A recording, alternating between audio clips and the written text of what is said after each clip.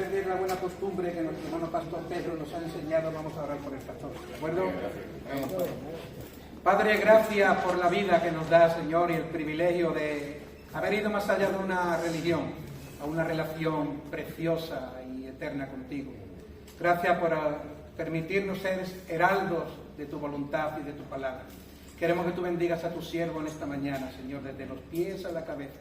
Sea ungido por el aceite fresco del Espíritu Santo en esta mañana.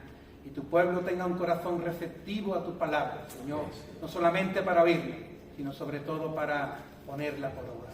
Gracias en el nombre de Jesús. Amén. Amén. Amén. Amén. Bueno, vamos a continuar con la serie que estamos trabajando del hilo del Jesús o nuestro Salvador a través de toda la Escritura.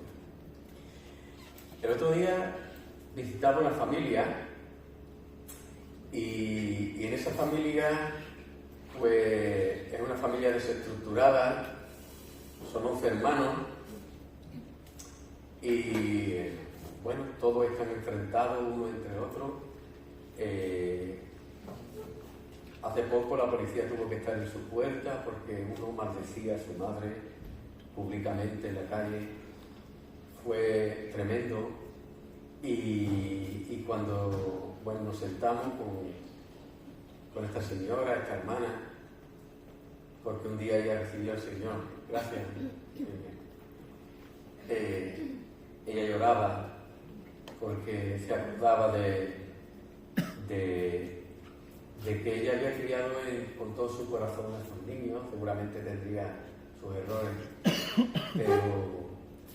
pero parecía que el diablo se estaba moviendo en medio de esa familia de una manera tremenda. Yo no he visto una familia más desestructurada en todos los días de mi vida. No la he visto. No he visto una familia donde los hermanos hablen mal de ellos, que se deseen mal, que maldigan unos a otros y 11 hermanos que deberían estar unidos, porque para eso creó Dios a la familia. Y me decía alguien, con esta familia no hay nada que hacer. Esta familia no tiene solución. A veces vemos algo imposible. Vemos la situación de una persona, de una familia, de un grupo de personas, y vemos que es imposible que Dios pueda hacer nada. Pero ¿sabéis? Dios trabaja con ese grupo de personas. ¿Y sabéis por qué Dios trabaja con ese grupo de personas? Porque cuando esas personas se convierten, toda la gloria es para Dios. Porque donde no había nada, donde había diferencia, donde había enfrentamiento, donde no hay amor, y el amor viene y transforma una familia, es un testimonio público de lo que Dios puede hacer. Así que no desesperen. Cuanto más difícil, cuanto más abundó el pecado, que dice la palabra de Dios, sobreabundó la gracia. 1 Corintios capítulo 2 dice que no somos todos, lo voy a leer, dice, pues mirad hermanos, capítulo 2, capítulo 1, versículo 26, pues mirad hermanos, vuestra vocación, que no sois muchos sabios según la carne, ni muchos poderosos, ni muchos nobles, sino que lo necio, lo tonto, lo despreciado del mundo, escogió Dios para avergonzar a los sabios. Y lo débil del mundo, escogió Dios para avergonzar a los fuertes. Y lo malo, lo vil del mundo, lo menospreciado, escogió Dios. Y lo que no es, en el original diríamos, y lo que no vale, y lo que no sirve, lo usa Dios para deshacer lo que es. Así que aquí estamos lo menospreciado del mundo. Aquí estamos lo vil del mundo. Aquí estamos lo peor del mundo.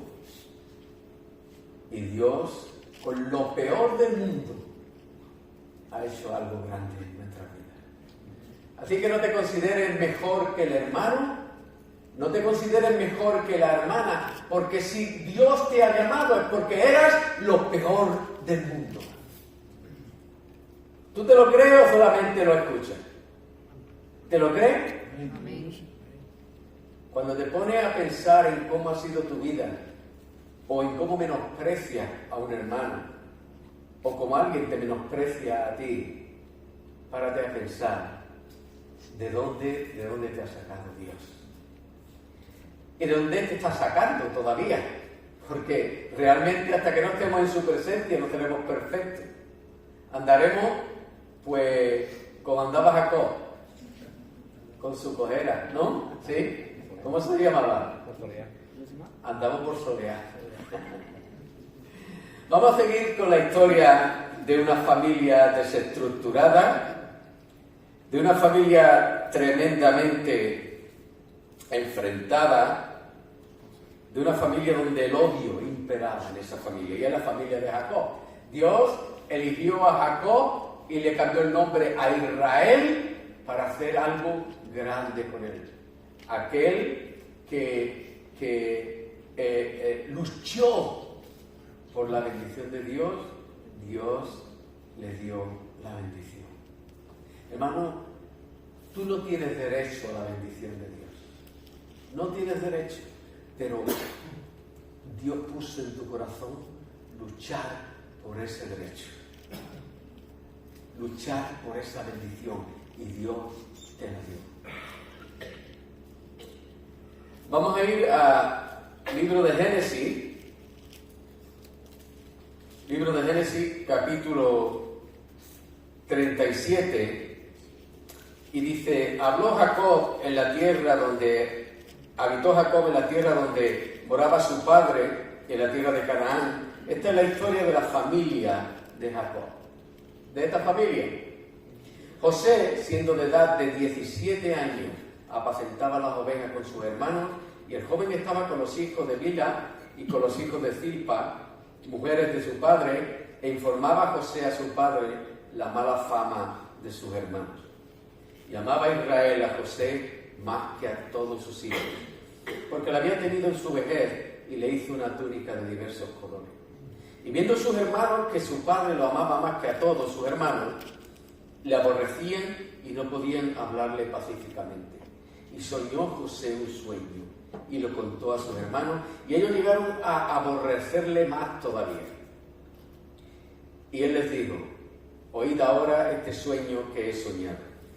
Y aquí atábamos manojos en medio del campo, y aquí que mi manojo se levantaba y estaba derecho, y vuestros manojos estaban alrededor y se inclinaban delante del mío.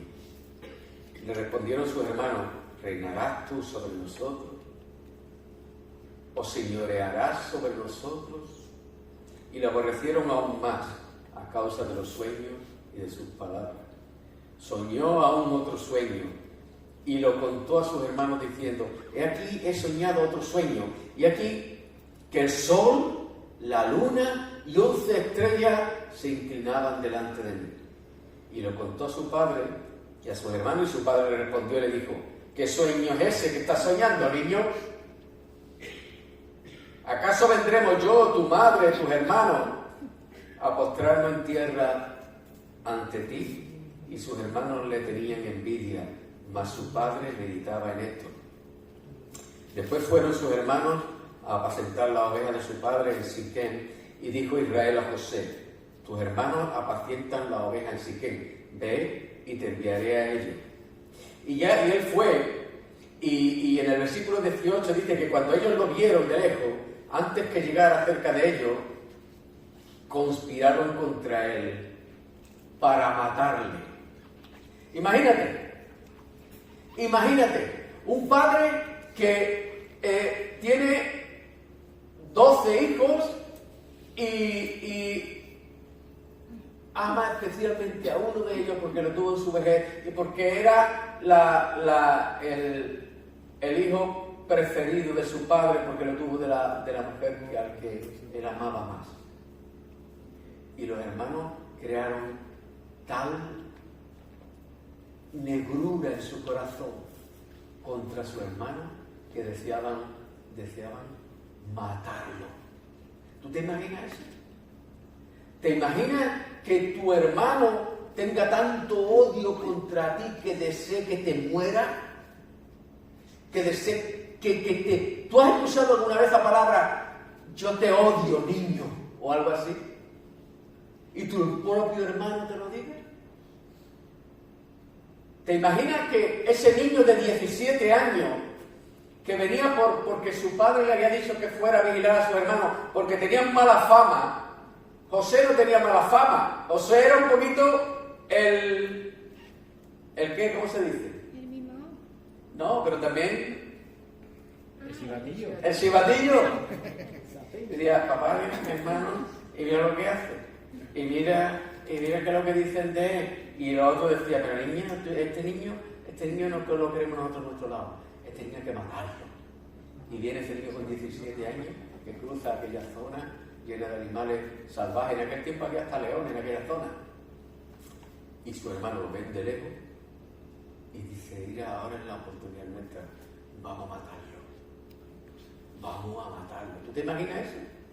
Y viene ese niño de 17 años y se presenta delante de ellos y lo agarran y le dicen, te vamos a matar con 17 años. Un niño.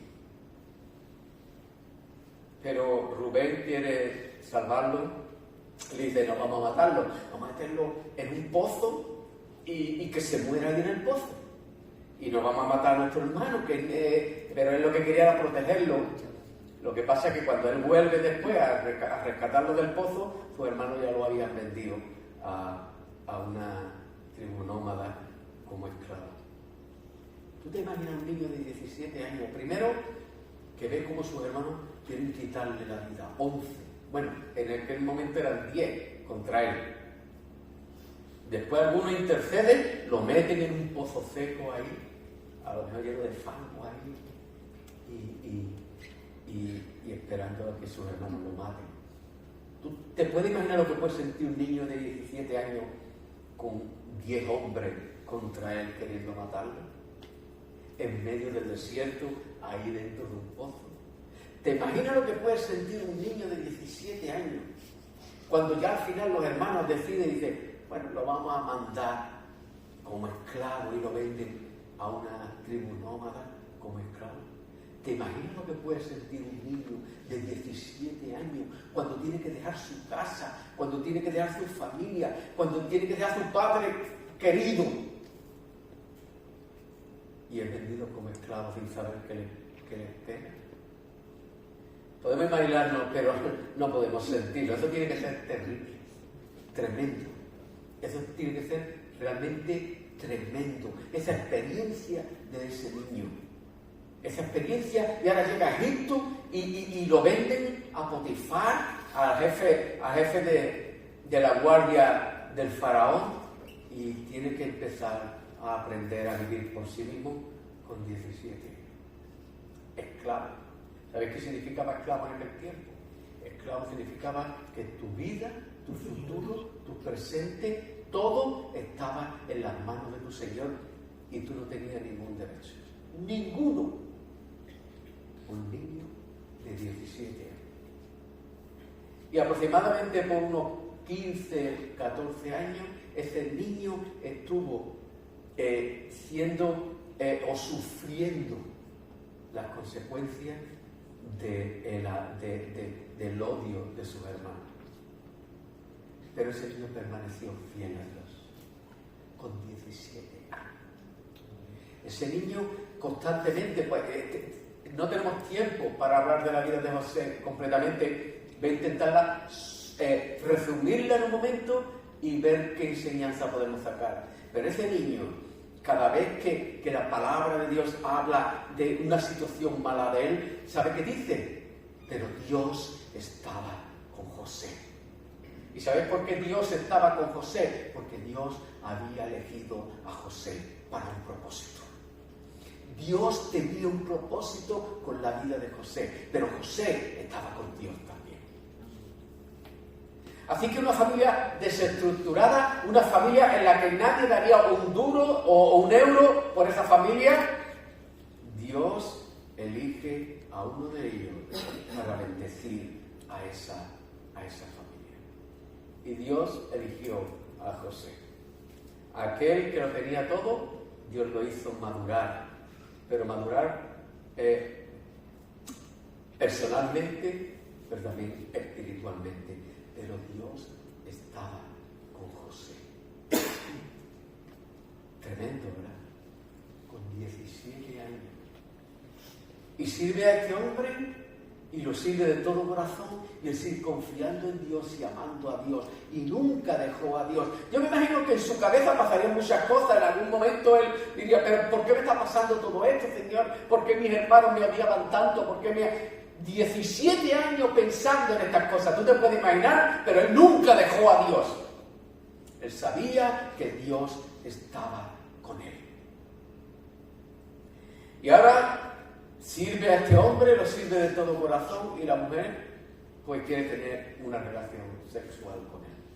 Y él le dice, no, ¿cómo voy a hacerle yo esto a mi amo? Fíjate cómo era el corazón de José, ¿no? ¿Cómo voy a hacerle a este hombre que me ha hecho tanto bien, le voy a hacer tanto mal? ¿Y cómo voy a hacerle a Dios esto? Que es lo que él dice.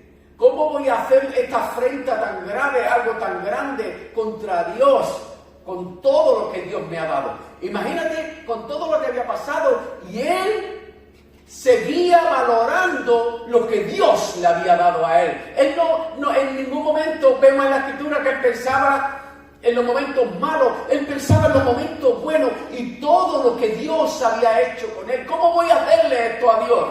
Y él escapa, y ella toma su manto y lo denuncia, y de nuevo va a la cárcel. ¿Alguien ha estado en la cárcel aquí? Yo he estado de visita. Tú has estado en una visita larga. La cárcel de entonces no era la cárcel de ahora. En la cárcel de entonces ni había gimnasio, ni había piscina, ni había aire acondicionado, ni salía al patio. La cárcel de entonces era bajo tierra. Tú no veías la luz del sol en tu vida. No tenías para afeitarte, no tenías para lavarte, comías comida en el suelo, y la comida no era muy buena, la comida. Ahí estábamos. Y se gana la confianza del carcelero, del jefe de la cárcel. ¿Sabéis por qué? ¿Por qué? Porque Dios estaba con José. Así que se gana la confianza del carcelero y lo mete. Fíjate tú, si Potifar no estaba convencido de que la mujer le estaba diciendo la verdad, porque él conocía a su mujer.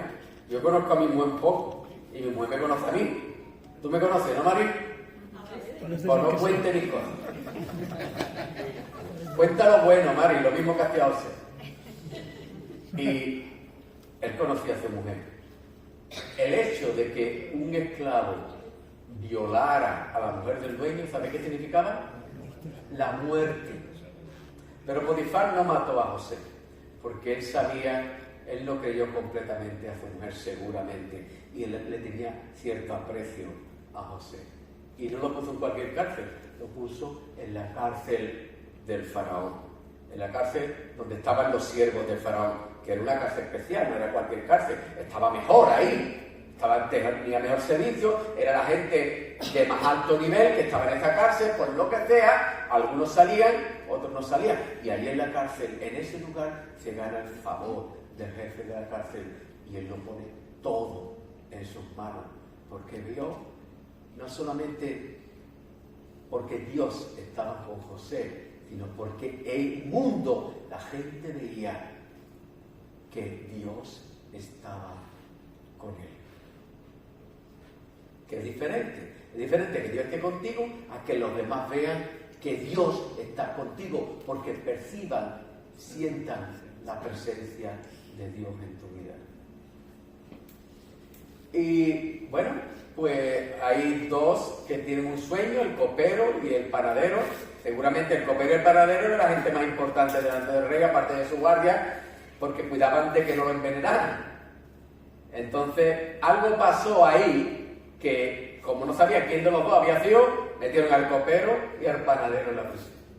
Y tienen un sueño y José interpreta el sueño. Pero él dice, es muy largo de leer, pero podéis leerlo en casa. Él dice, la interpretación pertenece a Dios.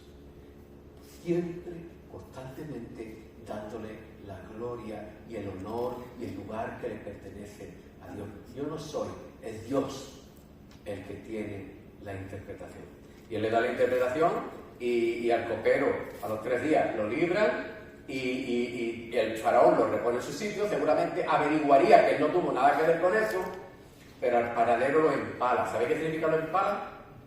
Lo empala es que coge un palo y por detrás le meten el palo hasta que sale por la boca y así muere. ¿Te imaginas? Y así murió ese hombre. Y así murió ese hombre, porque seguramente descubrieron que era culpable. Y José le dice, acuérdate cuando salga, le dice al copero. Y cuando salga y salió, el copero se olvidó de él. Pero Faraón tuvo un sueño y José lo interpreta, porque el copero se acuerda de José.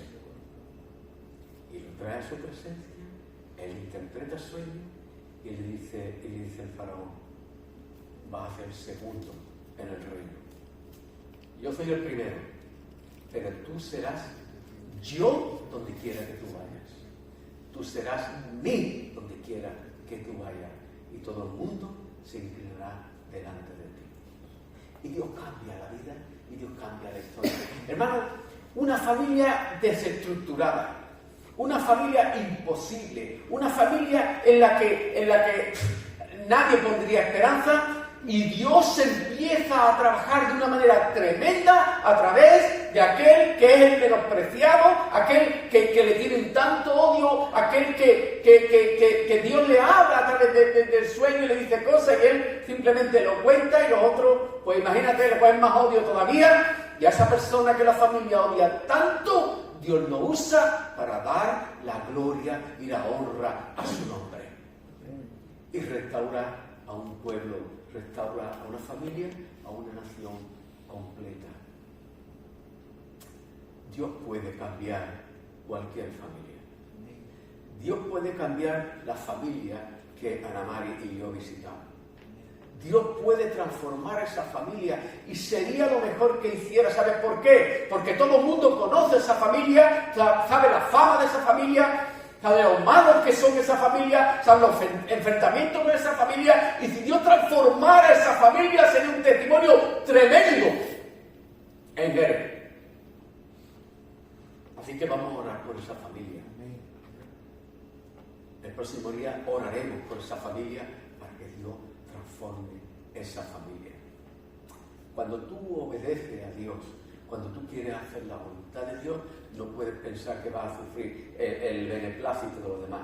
Vas a sufrir la persecución, y el enemigo te va a dar donde más te duele, sintiendo el menosprecio de tu propia familia. ¿Qué duele más que tu propia familia te menosprecie y desee tu muerte, o no quiera nada contigo, o te diga, no importa, repito, lo que te pase, niña o niño? ¿Qué te parece? Pero Dios trabaja de manera poderosa en ese lugar. No pierdas la confianza, no pierdas la esperanza. Cuando eso ocurre, Dios empieza a trabajar. Solamente ora. Así que la primera enseñanza que vemos aquí es que Dios puede transformar cualquier familia, cualquier persona. Dios puede hacer de lo que no es, lo que es. Pero esto tiene un proceso. Tiene un proceso para aquel que sufre y tiene un proceso para aquel que hacen sufrir. Y el proceso de José fue ir junto a Dios, sentir la presencia de Dios, ver que Dios está con él, a pesar de todas las circunstancias, a pesar de todos los sufrimientos, a pesar de todos esos momentos. Dios estaba con José, que era lo más importante. No importa por dónde estés pasando. Lo importante es que Dios esté contigo. No importa que tengas que escapar de tu país, por lo que sea. Lo importante es que Dios está contigo. ¿Y sabes qué tenemos que decirle a Dios? Señor, úsame a mí. Úsame de la manera que tú quieres. Señor, úsame para bendecir a los que me hicieron mal. Porque José, en definitiva, lo que hizo fue servir de bendición a su propia familia. Y él lo entendió. Y cuando los hermanos están delante de él, él dice, no me traíste vosotros aquí, fue Dios el que me trajo aquí, porque él tenía un propósito. Dios tiene un propósito en tu vida. Solamente que deje que Dios cumpla el propósito que Él tiene para ti.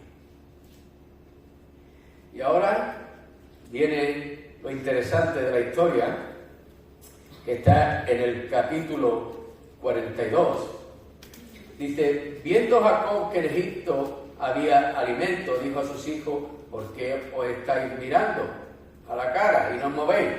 Y dijo, he aquí, yo he oído que hay víveres en Egipto, descended allá y comprad allí para vosotros, para que podamos vivir y no muramos. Estaban muriendo, no tenían que comer. La esperanza suya estaba en Egipto, que es donde había trigo. ¿Y quién era el dueño del trigo? ¿Quién era? José. Y Dios lo había preparado todo. Y Dios había levantado a ese hombre, a ese José, y ellos no lo sabían, para proveer a su propia familia y para que su familia no muriera. ¿Cómo es Dios, verdad? Que a lo largo de tu vida va preparando las cosas. ¿Tú has visto cómo Dios trabaja en tu vida? Yo lo he visto cada día, de verdad.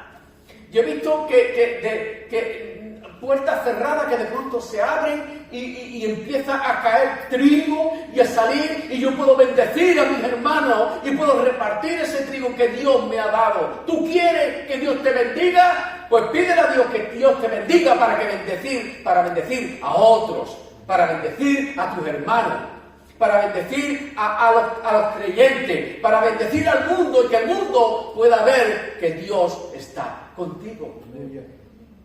Porque José no solamente proveyó para su familia, él proveyó para todo Egipto. Para todo Egipto. Y todo Egipto se inclinó delante de él. José es un tipo de Cristo. José es un tipo de Cristo y es un tipo de aquel que vino y trajo salvación a nuestras vidas, y donde había muerte él trajo vida, y donde necesitábamos él cubrió la necesidad. Pero si José es tipo de Cristo, nosotros somos tipo de ¿quién? De los hermanos de José. ¿O no es verdad? Y a veces los creyentes nos comportamos como los hermanos de José, y vemos que un hermano es bendecido y lo odias, o no quieres que lo bendigan, o estás contra él, o te da coraje, o no quieres que una iglesia crezca, o no quieres que... ¿Pasa eso? Y a veces que en la iglesia cristiana no pasa eso.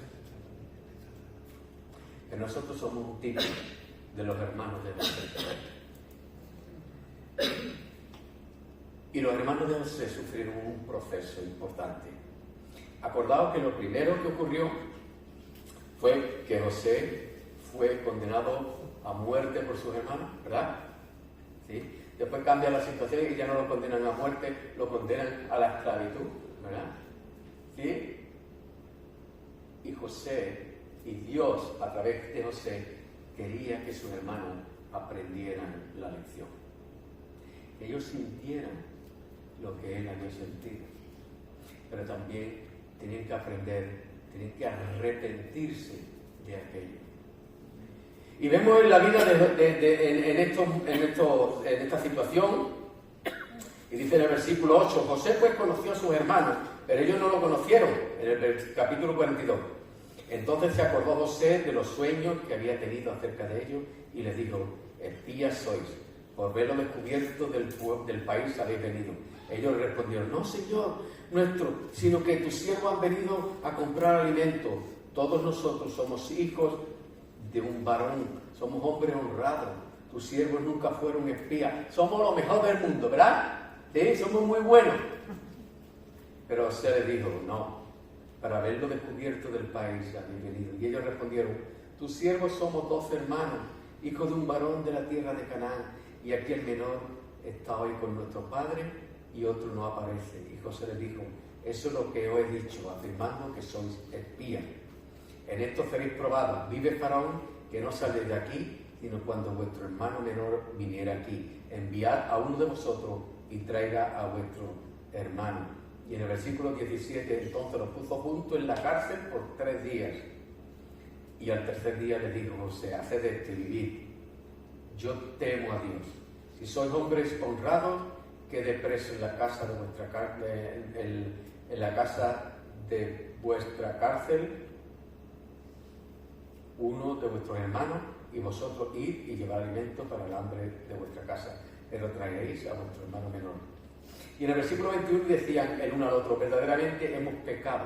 Ya cambia su situación, ya no son tan honrados, ya empieza Dios a trabajar en su corazón contra nuestro hermano, pues vimos la angustia de su alma cuando nos rogaba y no le escuchamos. Imagina un niño de 17 años rogándole: no matarme, por favor, no quitarme la vida. Y él le rogaba, ese chiquillo ahí con esos 10 hombres ahí queriendo matarle. Y ellos tenían que experimentar qué significaba la pena de muerte. Y ahí tenían al representante del faraón diciendo: os voy a matar, tengo capacidad de mataros, de quitaros la vida.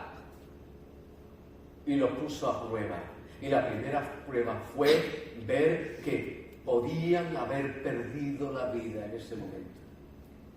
La segunda prueba es la segunda vez que viene y José le dice que si no cumplían lo que él le había dicho, serían esclavizados. Ellos experimentaron también el sentirse la posibilidad de ser hechos esclavos. Sintieron la posibilidad de morir, sintieron la posibilidad de ser hechos esclavos también. Ellos tenían que pasar por ese proceso. Y en ese proceso, leer todos estos capítulos 42 y 43, ellos entendieron, comprendieron, Dios trajo a su mente lo que hicieron con su hermano, y ellos experimentaron el sufrimiento de su propio hermano. Dios nos hace pasar por un proceso en nuestra vida. No para que nosotros nos sintamos mejores. Estamos de verdad cansados de que un hermano acuse al otro y le diga: tú eres peor que yo porque tú haces esto, porque tú haces lo otro, porque tú no haces esto, por eso tú eres peor que yo soy mejor que tú. No, ese no es el proceso de Dios. El proceso de Dios es que tú admitas, sientas, recibas tu propio pecado y te arrepientas. No que mires el pecado de tu hermano o de tu hermana, que mires tu propio pecado y Dios empiece a trabajar en tu vida, restaurando tu vida, para que tú puedas entender quién eres. Lo peor del mundo, lo menospreciado del mundo, lo vil del mundo, que es lo que Dios eligió para darle gloria y honra a Él.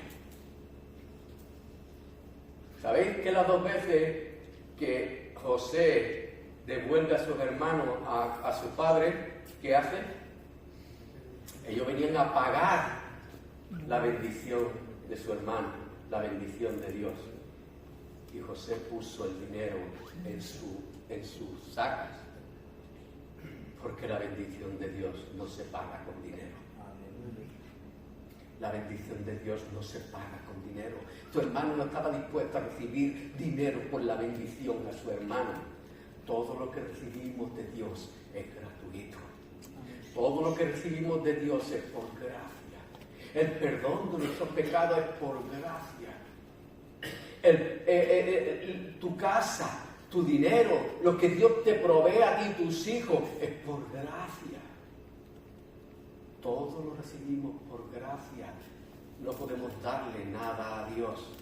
He oído hablar mucho del diezmo, de la ofrenda, de que le estamos robando a Dios. ¿Qué le vamos a robar a Dios si Dios lo tiene todo? ¿Quién puede robarle a Dios?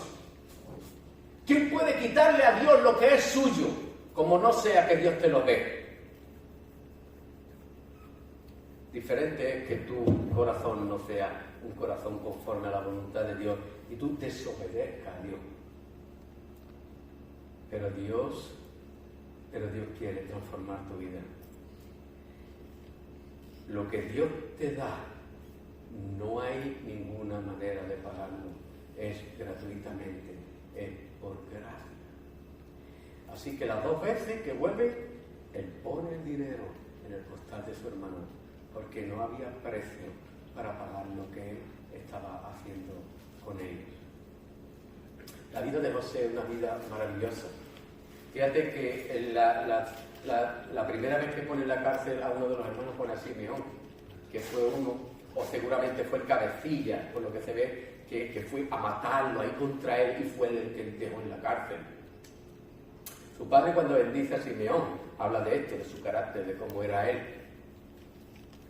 Y él lo puso en la cárcel porque Simeón tenía que aprender también una lección.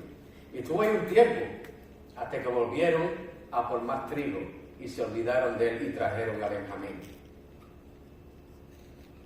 Y cuando estaban todos juntos allí, José se declara a sus hermanos, aquellos que no querían recibirle, aquellos que le odiaban, aquellos que hablaban mal de él, aquellos que deseaban su muerte y en su corazón lo mataron. José se declara a ellos, les perdona por gracia, por misericordia. La palabra que usa Jacob, Israel, cuando manda a sus hijos, él dice, quizá el faraón tenga, o José tenga misericordia. Que no cabe en ese puede tener gracia o favor, pero misericordia no cabe. Pero Dios sabe qué palabra poner en cada texto, y esa palabra habla de lo que iba a ocurrir en el futuro, de cómo Jesús, del cual José era tipo, iba a ser despreciado por sus hermanos, iba a ser despreciado por su pueblo, de cómo el pueblo quiso matarlo y lo mató a Jesús, y cómo él pagó el precio de la salvación, de la bendición de todos sus hermanos y de nosotros como hijos de Dios, sin tener que pagar nosotros absolutamente nada. Y como Dios, como Jesús, provee cada día para nosotros, y Él no espera nada a cambio, pero nosotros tenemos que darle todo nuestro amor, todo nuestro afecto, todo nuestro deseo de que Él sea glorificado. Lo vil del mundo, lo menospreciado, eligió Dios. ¿Para qué? Para que Dios sea glorificado en tu vida y en la mía. Son lecciones importantes que estamos aprendiendo. O nos creemos que nosotros somos mejores que el mundo. O nos creemos que por el hecho de venir a la iglesia nosotros somos ya perfectos y tenemos que ir juzgando a las personas, a nuestros hermanos y a nuestras hermanas. O creemos que tenemos más derechos que ellos, cuando solamente fue por gracia. Deuteronomio 7 dice al pueblo de Israel, porque no os elegí yo vosotros porque fuerais los más grandes, sino porque erais lo más pequeño, lo peor. De hecho, desde el principio eran lo peor. Dios nos eligió por gracia. Y gracia es un favor inmerecido que no merecemos. Misericordia es dar lo contrario de lo que alguien merece. Y Dios nos dio lo contrario de lo que nosotros merecíamos. Así que en esta mañana yo me gustaría que aprendiéramos de la vida del pueblo de Dios y no acusáramos a nuestro hermano, no acusáramos a nuestra hermana, no acusáramos a la iglesia, no acusáramos al mundo, sino que tratemos por todos los medios de bendecirlos. Allí, aquel lugar donde Dios te ha puesto, que tú puedas ser de bendición. Que aquel lugar donde Dios te pone, que tú puedas dar lo que a lo mejor no recibe, ha recibido lo contrario, pero da bendición al mundo, da bendición a tu hermano, a dar bendición a la familia. Y provee de trigo a la iglesia de Dios. Yo estoy contentísimo de tener un almacén de alimento ahí, de que podamos repartir a la iglesia. Yo oro cada día para que esté lleno hasta los topes, y que podamos bendecir con el trigo que Dios nos da, pero que también podamos bendecir con trabajo, que podamos bendecir con un lugar donde estar, que podamos bendecir. El corazón del creyente es bendecir a la iglesia. ¿Tú sabes qué pasa cuando tú bendices a la iglesia? ¿Qué pasa? Que bendices a Jesús también. Porque en cuanto lo hiciste con uno de estos mis hermanos, ¿a quién lo hiciste? A él. A mí. Quiere decir, si yo te bendigo a ti, ¿a quién estoy bendiciendo? Si yo te bendigo a ti, hermano, ¿a quién estoy bendiciendo? A Jesús. A Jesús. Y qué privilegio de servir a Jesús y bendecir a Jesús por medio de mi hermano.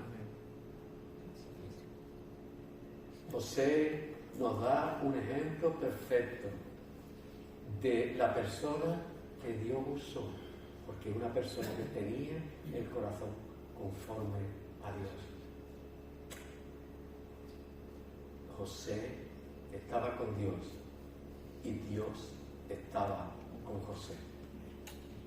Hay una diferencia grande entre venir a la iglesia, orarle a Dios, leer la palabra y que Dios esté contigo.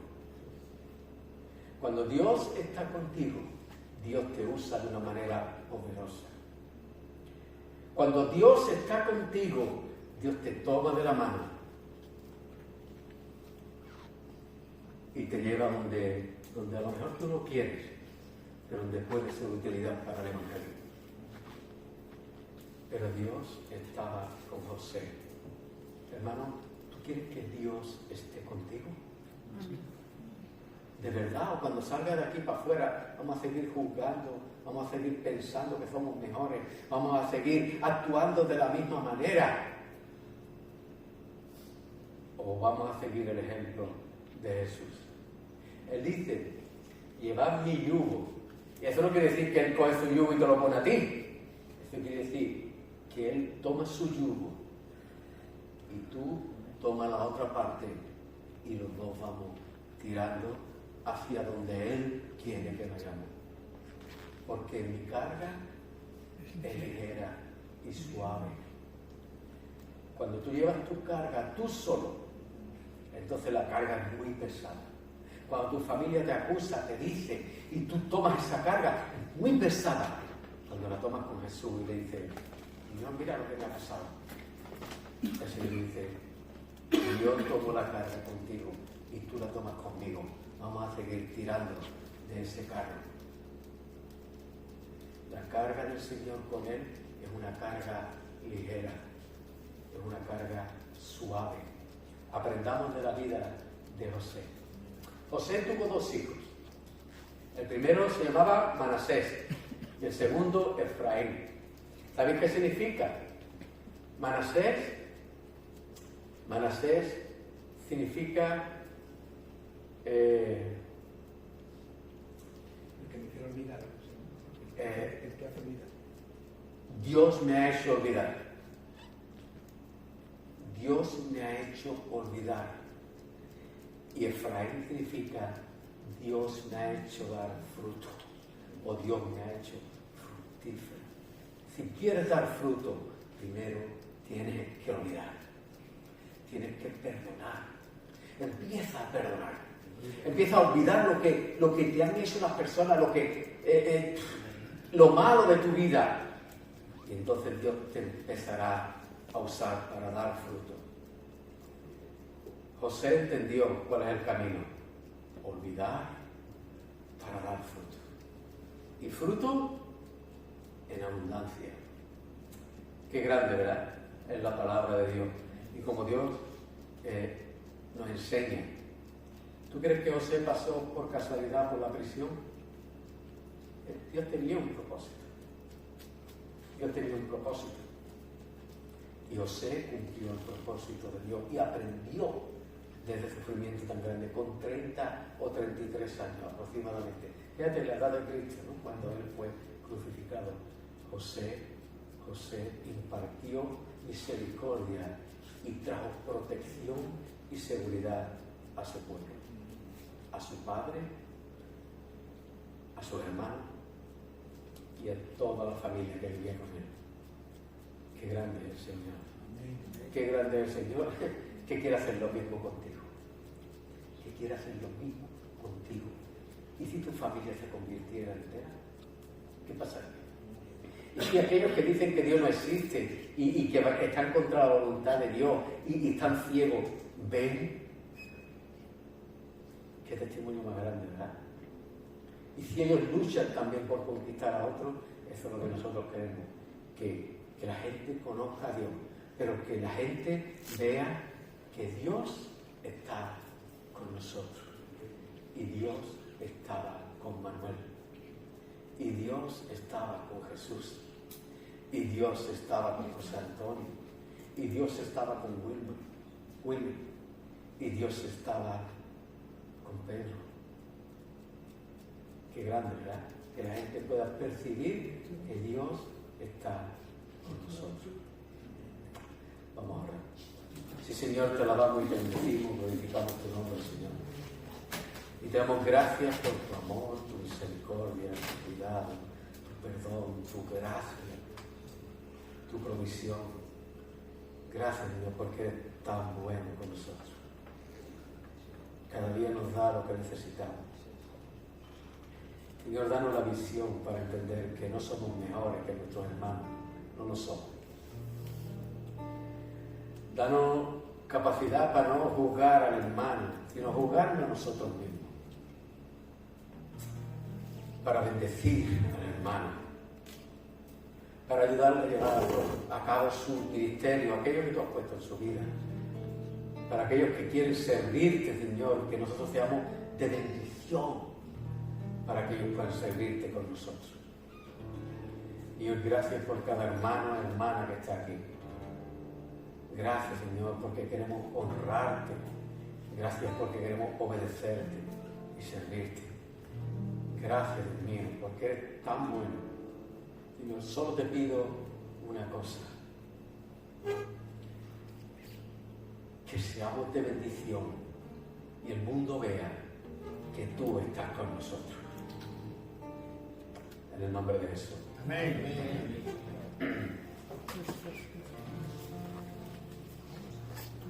La cena del Señor.